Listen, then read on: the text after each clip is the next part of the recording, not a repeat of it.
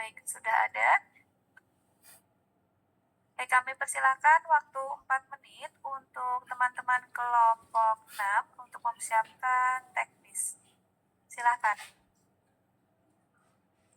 Baik Ibu, terima kasih kesempatannya. Perkenalkan kami dari tim PKMPM Logret Cons izin melakukan persiapan terlebih dahulu. Halo Gibran, apakah suara saya terdengar dengan jelas? Halo Fikrul, suaranya sudah terdengar dengan jelas. Bagaimana dengan suara saya? Apakah sudah terdengar dengan jelas? Baik Gibran, suara kamu sudah terdengar dengan jelas. Halo Zulfa, apakah suara saya terdengar dengan jelas? Halo Fikrul, sangat terdengar dengan jelas. Bagaimana dengan suara saya? Baik Zulfa, suara kamu sudah terdengar dengan jelas. Halo Fajrul, apakah suara saya terdengar dengan jelas? Halo Fikrul, suaranya terdengar dengan jelas. Bagaimana dengan suara saya? Baik Fajrul, suara kamu sudah terdengar dengan jelas. Halo Hairunisa, apakah suara saya terdengar dengan jelas? Halo Fikrul, suaranya terdengar dengan jelas. Bagaimana dengan suara saya? Baik Hairunisa, suara kamu sudah terdengar dengan jelas. Oke, semua suara sudah terdengar dengan jelas. Mohon izin Bu untuk mempersiapkan PowerPoint tim kami. Baik, silahkan ditampilkan Fajrul.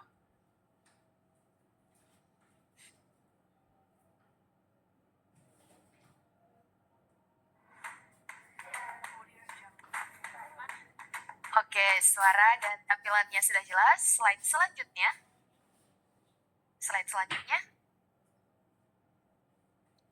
Slide selanjutnya. Oke, PowerPoint sudah siap. Selanjutnya, sebelum kita memulai, kita berdoa terlebih dahulu. Doa dimulai.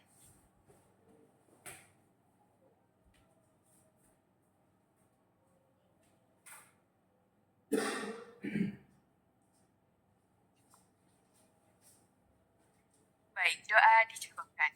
Baik, Bu, semua persiapan tim kami sudah cukup. Saya kembalikan ke host. Baik, terima kasih teman-teman. Masih ada waktu 2 menit.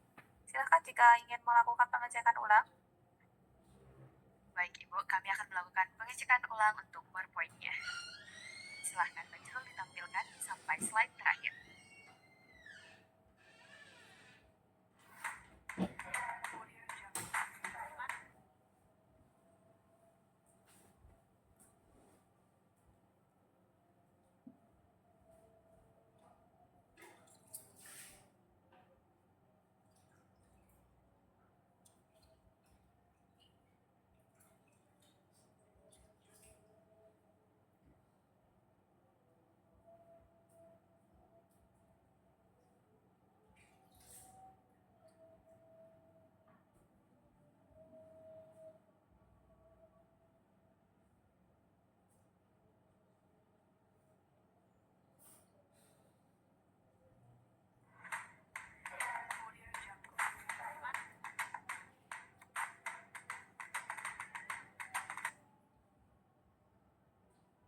Baik, Ibu, persiapan kami sudah cukup.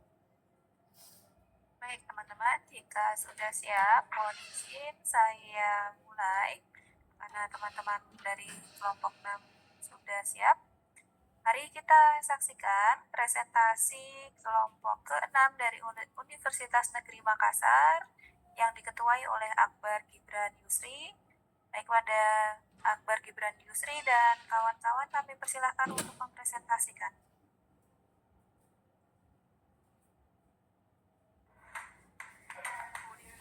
Keterbatasan intelektual atau IQ dalam kemampuan belajar, membuat keputusan dan memecahkan masalah, serta keterbatasan kemampuan beradaptasi seperti sulit berkomunikasi, menjaga diri dan berinteraksi menjadi permasalahan anak dengan ketunaan grahita.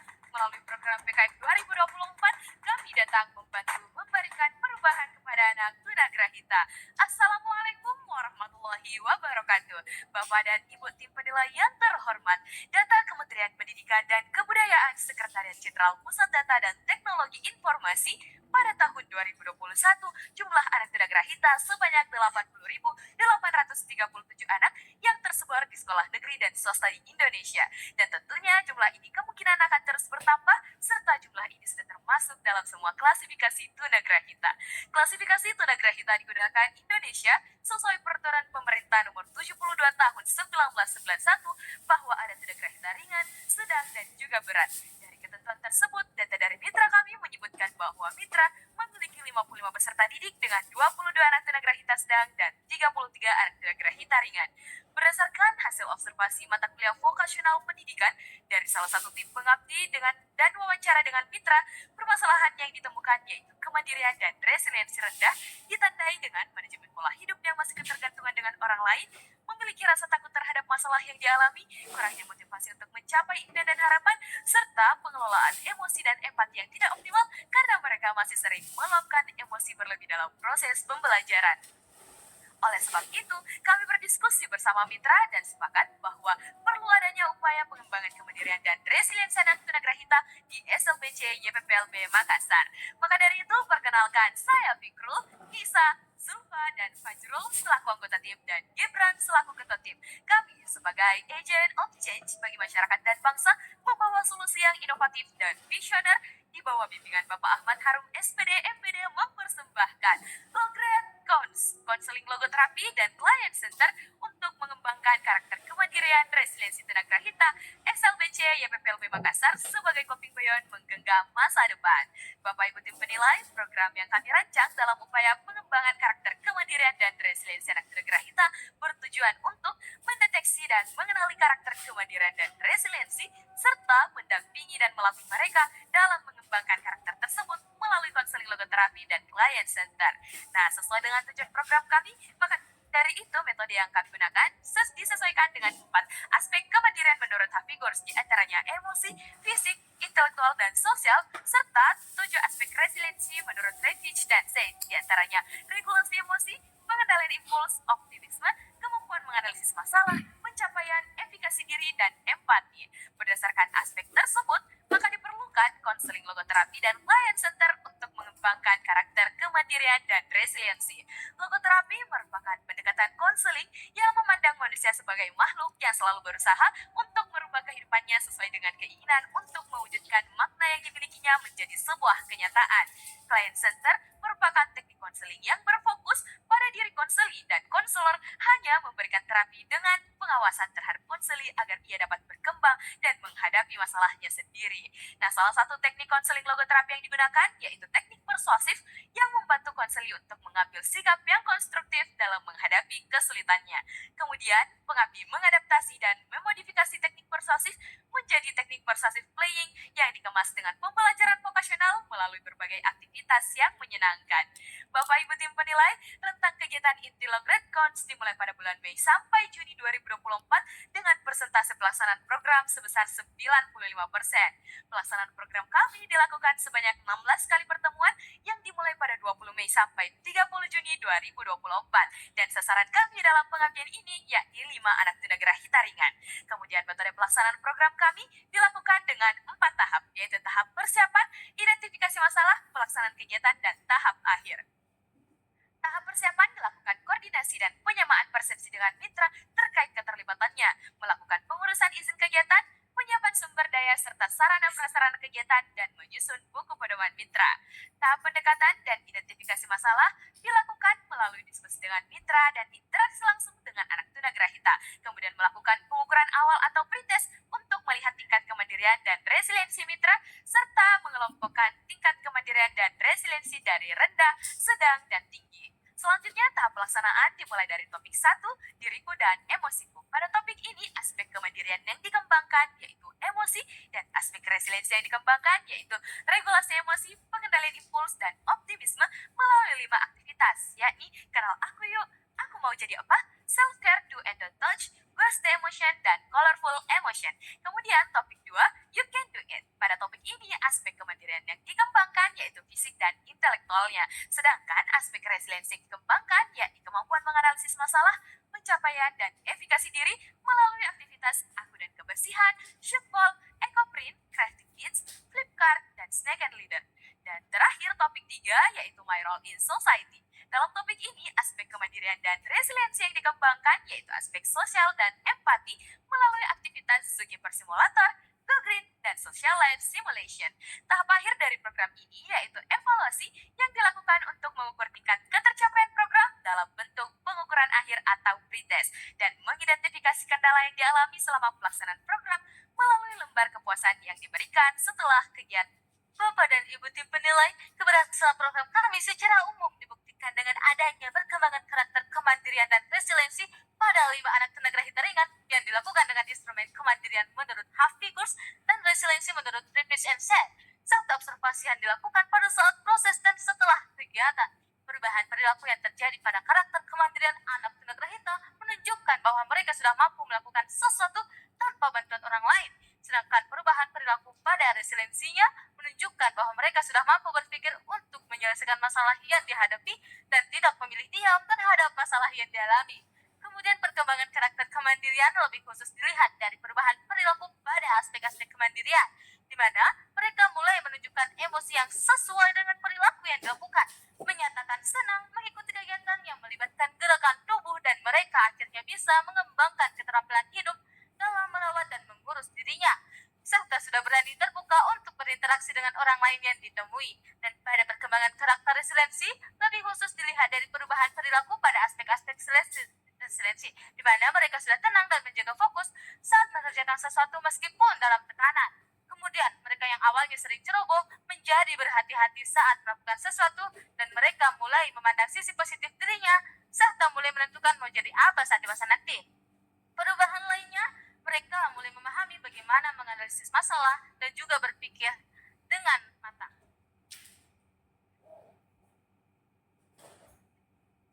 Mereka yang sebelumnya saling mengejek dan membenci menjadi saling peduli dan memahami satu sama lain.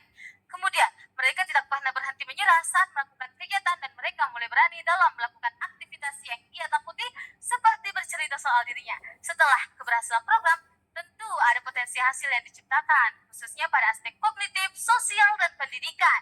Dari ketiga potensi hasil tersebut, program kami memenuhi SDGs nomor 4, yakni pendidikan berkualitas. Bapak dan Ibu tim penilai, sebagai penunjang keberhasilan program, kami juga sudah bertanggung jawab menyelesaikan luaran wajib, yakni menyelesaikan buku pedoman mitra dan sosial media, di mana pada pengiklanan konten sebanyak 3 kali dilakukan di platform Instagram dengan 560 pengikut, menyelesaikan laporan kemajuan dan menyelesaikan laporan akhir yang masih dalam tahap pengerjaan, dan luaran tambahan yaitu artikel ilmiah di jurnal Matapa yang masih dalam tahap submit, serta berita media online. Kemudian, penggunaan dana selama pelaksanaan program kami terpakai sebesar 90%. Demi mewujudkan manfaat jangka panjang dari program kami, maka dilakukan keberlanjutan program, di mana akan dilanjutkan oleh SLBC YPPLB Makassar sebagai mitra, yang diantaranya pemberian buku pedoman mitra secara resmi, menyusun perjanjian kerjasama dengan mitra, dilanjutkan dengan training of trainer kepada tenaga pendidiknya dalam rangka membentuk tim konselor yang akan menjadi fasilitator untuk melanjutkan program. Dampak positif dari kegiatan kami disampaikan dalam bentuk testimoni oleh mitra, diwakili kepala sekolah dan orang tua siswa. Kami ucapkan terima kasih kepada seluruh pihak yang telah mendukung pelaksanaan program, dan kami percaya bahwa setiap anak memiliki keunikan dan akan selalu ada uluran tangan untuk membantu mereka menemukan arah angin menggenggam masa depan yang gemilang. Logretos, Aksi nyata, wujudkan cita, genggam masa depan. Wassalamualaikum warahmatullahi wabarakatuh. Waalaikumsalam warahmatullahi wabarakatuh. Terima kasih kepada tim dari Universitas Negeri Makassar atas presentasinya. Berikutnya kami persilakan kepada Bapak Ibu penilai, Bapak Rahmatsyah dan Ibu Lina, untuk melakukan tanya jawab kepada peserta. Silakan Bapak Ibu. Baik, terima kasih. Mohon izin, ini ada 2, Fajrul Islam dan Hairunisa, tidak menyalakan kamera atau?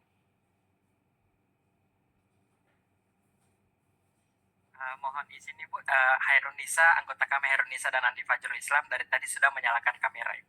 Oke, di layar saya salah satu nggak kelihatan, mohon maaf. Oke, baik. Teman-teman sekalian, selamat dari Universitas Negeri Makassar UNM ya. Jadi ada beberapa catatan yang harus saya klarifikasi untuk Gibran dan kawan-kawan. Pertama adalah, ini kan tadi untuk tunagrahita, teman-teman memilih tunagrahita yang ringan ya. Oke, ada 5 orang yang menjadi subjek untuk eksperimen atau kemudian di sini mitra dari kegiatan ini, betul? Ya, betul Ibu. Kalau boleh tahu pretestnya dilakukan dengan model seperti apa teman-teman sekalian? Baik, izin menjawab Ibu terkait dengan pengukuran awal atau kritis yang kami lakukan itu berdasarkan menggunakan instrumen kemandirian menurut Hafigurs dan resiliensi Maksud menurut saya Stephen. caranya bagaimana? Karena mereka kan kalau misalnya tunagrahita itu punya keterbatasan ya. Mohon maaf izin menjawab Ibu. Ya, Jadi, silakan. jadi untuk pretesnya kami menanyakan langsung kepada muridnya, tetapi menggunakan bahasa yang sederhana. Seperti di asesmen yang pertama itu, yaitu saya suka dan senang berbagi cerita ke orang terdekat saya. Jadi kami menggunakan bahasa yang lebih sederhana, seperti apakah kamu senang bercerita kepada kami atau ke orang tuamu, seperti itu Ibu. Ya, baik. Artinya teman-teman yang menanyakan secara langsung ya. Modelnya adalah face-to-face interview ya. Oke, demikian juga untuk yang afternya atau setelah diberikan treatment. Baik, izin menjawab Ibu, setelah diberikan treatment masih sama Ibu, yang mengisi tetap mereka, tapi kami tetap menggunakan bahasa yang sederhana. Mengisi mereka atau Anda yang bertanya? Mereka yang mengisi kuesionernya Ibu, tapi kami yang bertanya dengan menggunakan bahasa yang sangat sederhana Ibu, yang mereka pahami. Dan sistem pertanyaan dari pengukuran awal kami acak supaya mereka tidak mengingat yang terkait dengan pengukuran awal yang kami lakukan sebelumnya Ibu. Ya, itu mungkin harusnya disampaikan ya, sehingga kemudian jelas di dalam laporan kemajuan. Nah, yang berikutnya adalah salah satu catatan yang menarik dari 5 subjek yang teman-teman temui gitu ya, ada yang nilainya kan lebih tinggi dibandingkan dengan yang lain. Misalnya kemandirian untuk AIS dan resiliensi untuk AIS juga paling rendah. Oke, kalau teman-teman melihat, apakah memang ada kemungkinan ini pula terjadi, artinya dalam kondisi dia berada dalam tunagrahita dengan level yang sama, jauh dilihat dari before afternya. Artinya dibandingkan dengan teman-teman yang lain. Baik, izin menjawab Ibu terkait dengan hal ini. Sepertinya memang mungkin akan seperti demikian Ibu. Kenapa? Karena memang pada saat melaksanakan program di mana subjek kami yaitu AIS sendiri memang memiliki karakteristik tunagrahita yang perlu banyak pemahaman lebih lanjut terkait dengan bagaimana memahamankan kata dan sebagainya. Dan kemungkinan akan terjadi demikian pada anak tunagrahita yang mungkin memiliki karakteristik sama dengan AIS. Berbeda dengan 4 dari subjek kami, ya dari Miftah, Saki, Andri, dan Joshua, memang mereka berempat berbeda karakteristiknya dengan AIS ini sendiri. Oke, terhadap mereka yang seperti ini, tadi yang nilainya lebih rendah, oke, apakah akan ada perlakuan yang berbeda di kedepannya? Karena kemudian saya tidak menemukan itu dalam laporan kemajuan. Baik, izin menjawab Ibu terkait dengan perlakuan yang berbeda karena kami menggunakan teknik client center dari person to person. Jadi tim pengabdi masing-masing 5 pengabdi mendampingi 5 anak tunagrahita Ibu. Dalam hal ini Jadi masing-masing ya? Iya, masing-masing Ibu. Masing-masing Oke, tim pengabdi mendampingi 5 anak. Baik, terima kasih. Saya selanjutnya silakan Pak Rahmat. Baik Ibu Lina, baik anak-anak Akbar ya dan tim selamat sampai kita siang hari ini PKB 2. Coba menyambut yang disampaikan Ibu Lina ya. Nah, metode yang Anda laksanakan gimana?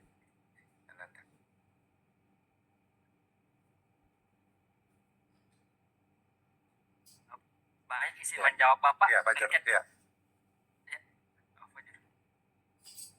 Baik, izin menjawab Bapak terkait dengan metode pelaksanaan kami gunakan, yaitu kami menggunakan konseling logoterapi dan client center, di mana dalam hal ini kami menggunakan teknik person to person client center dan kami mengadaptasi salah satu teknik dari logoterapi yaitu teknik persuasif.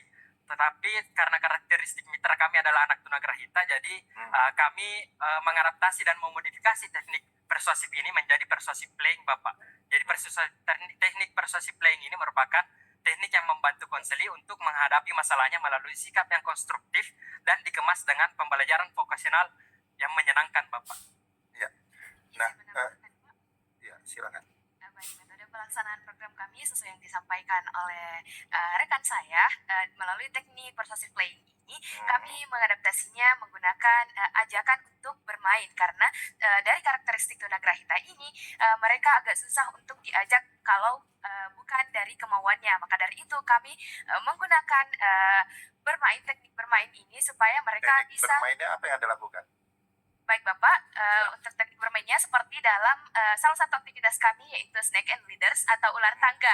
Jadi Nah, ular tangga yang ini apakah ular tangga umum atau memang kita ada khusus ini?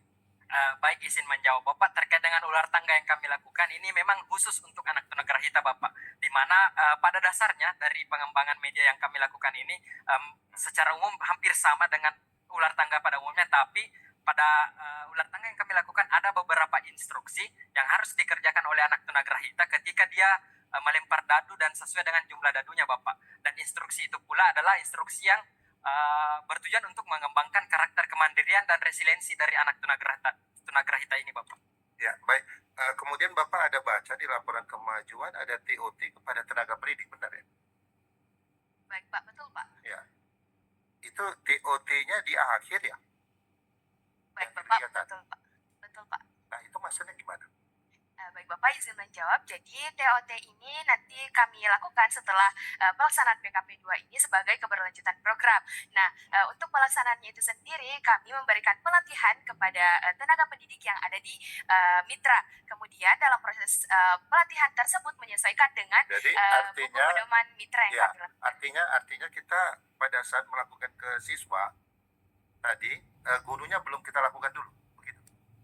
Baik, izin menjawab Pak terkait dengan hal itu belum Bapak. Memang yang terlibat secara aktif dalam pelaksanaan aktivitas kami itu hanya anak tunagrahitanya Bapak. Dalam hal ini tenaga pendidiknya itu masih mendampingi dalam hal mobilisasi, sasaran mitra dan juga dari segala hal yang mungkin kami kurang pahami, kami konsultasikan kepada pihak mitra Bapak. Ya, artinya keberlanjutannya baru ke dosen pendamping, benar?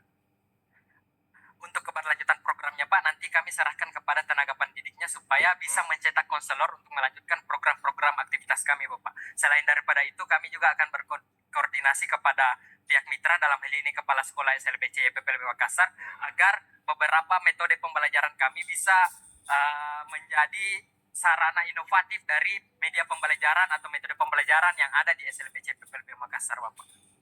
Oke, baik Ananda. Waktu tinggal 25 detik lagi. Tapi tidak apa-apa, Bapak tambahkan ya.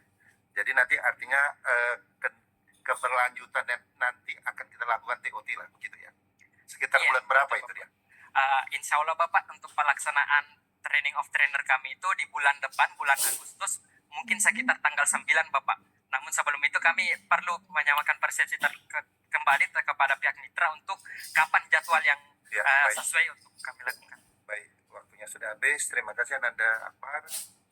Ya, Baik. semangat untuk bekerja. Titip salam Siap. dosen pendamping. Terima kasih banyak. Terima kasih Bapak Ibu penilai. Terima kasih teman-teman dari tim ke-6 yang diketuai oleh Akbar Gibran sudah memaparkan programnya. Semoga mendapatkan hasil yang baik dan memuaskan ya teman-teman. Jangan lupa mengisi presensi dan survei yang kami share pada kolom chat. Baik, untuk selanjutnya yaitu dari tim ke-7 kami persilakan untuk melakukan